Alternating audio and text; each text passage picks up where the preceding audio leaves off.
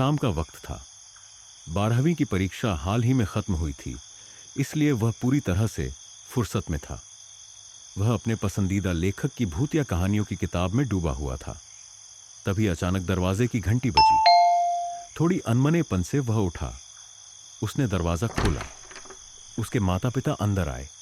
पिता के हाथ में सामान से भरी थैली थी, जिसे उन्होंने एक कोने में रख दिया। कितनी उमस है, मां बड़बड़ाई और खिड़की खोल दी। दोनों पसीना पोंछते हुए सोफे पर बैठ गए। अरे जरा पानी तो लाना, पिता ने कहा। वह रसोई की ओर चला गया। रात को खाने के बाद उसने फिर वही डरावनी किताब उठाई और बिस्तर पर लेट गया। अधूरी कहानी पूरी करनी थी। काफी देर तक वह पढ़ता रहा। कहानी खत्म होने पर उसने किताब बंद की और बेड के पास का लाइट स्विच बंद करने के लिए हाथ बढ़ाया, लेकिन उसके दबाने से पहले ही लाइट खुद ब खुद बंद हो गई। वह चौंक गया। कमरा पूरी तरह अंधेरे में डूब गया। शायद बिजली चली गई है। उसने खुद को समझाने की कोशिश की और आंखें बंद कर सोने की कोशिश करने लगा। रात गहराने लगी। चारों ओर सन्नाटा था। उसकी आंखें भारी हो रही थीं।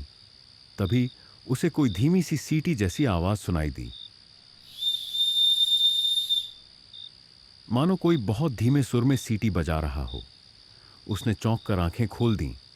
क्या सच में कुछ सुनाई दिया या नींद में भ्रम हुआ? उसने फिर आंखें बंद की। 1 मिनट बाद वही आवाज फिर आई, इस बार ज्यादा साफ और लगातार। अब वह अनदेखा नहीं कर सकता था। वह बिस्तर से उठा और स्विच दबाया, पर लाइट नहीं जली। उसने खिड़की का पर्दा हटाकर बाहर झांका। सड़क के लैंप जल रहे थे, मतलब सिर्फ उनके घर की ही बिजली गई थी। उसके गले में सूखापन आया। डर की लहर पूरे शरीर में दौड़ गई। उसे फिर वही हल्की सी सीटी सुनाई दी, जैसे कोई उसे बुला रहा हो।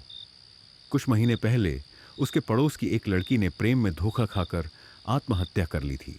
उसके बाद लोग कहते थे कि उसे इधर उधर भटकते देखा गया है, पर उसने कभी इन बातों पर विश्वास नहीं किया था।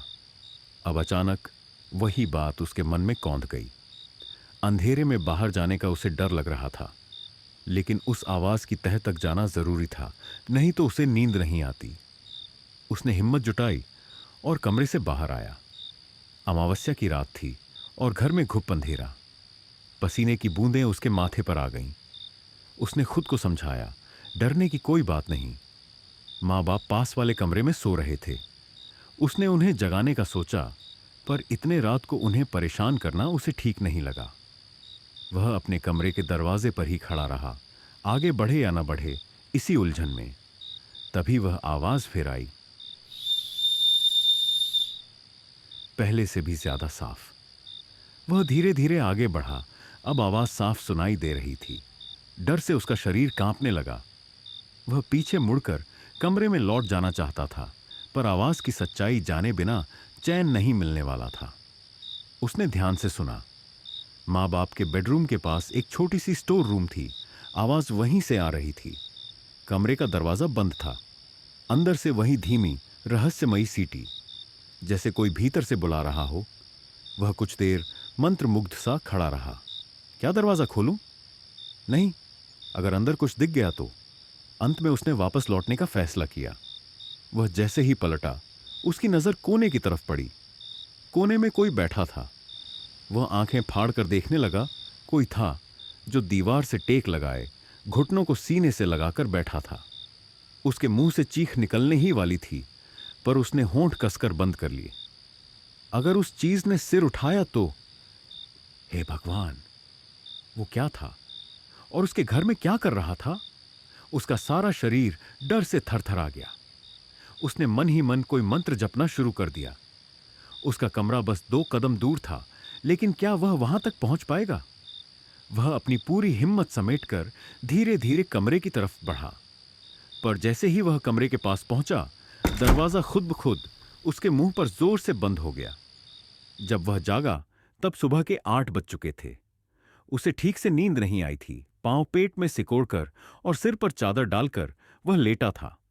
रात की बात उसे बेचैन कर रही थी। उसने तय कर लिया, आज ही इसका समाधान करना है।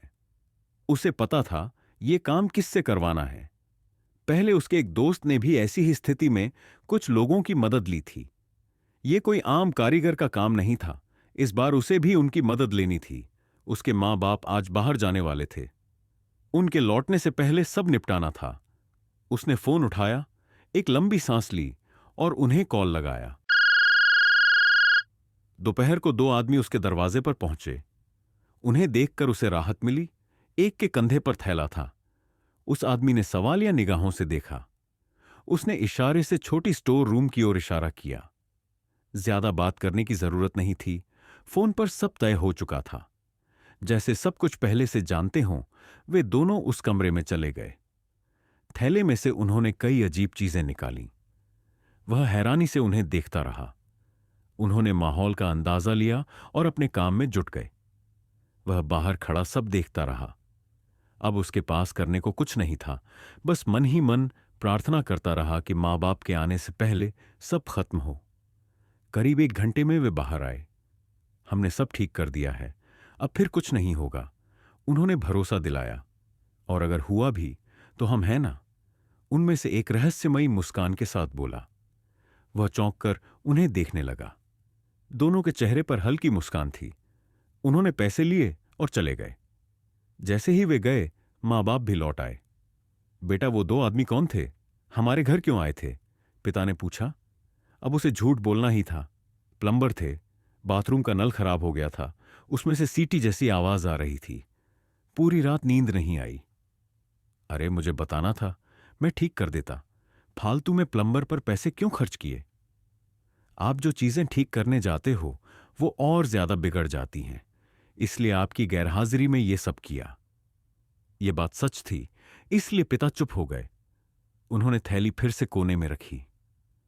वो थैली वहां मत रखो, वह लगभग चिल्ला पड़ा। पिता चौंक कर उसे देखने लगे। रात के अंधेरे में ऐसा लगता है जैसे वहां कोई बैठा हो। फिर वह मां की तरफ मुड़ा। और मां, आप खिड़कियां खोलती हैं, लेकिन सोने से पहले बंद नहीं करती। रात को हवा चलती है तो दरवाजे अपने आप बजते हैं। तो तुम बंद किया करो, मां ने पलटकर कहा। वैसे भी तुम्हें कोई काम नहीं होता, सारा दिन डरावनी कहानियां ही तो पढ़ते रहते हो। वह झेंप गया। तभी उसका फोन बजा। एक मैसेज आया था। मैसेज पढ़ते ही उसके चेहरे के भाव बदलने लगे। वह घबरा गया। जल्दी जल्दी टी शर्ट पहनकर बाहर निकल पड़ा। कहां जा रहे हो? मां ने पूछा। बिजली का बिल भरने। भूल गया था, शायद उन्होंने रात को हमारी बिजली काट दी थी। कहता हुआ वह बिजली की रफ्तार से बाहर निकल गया।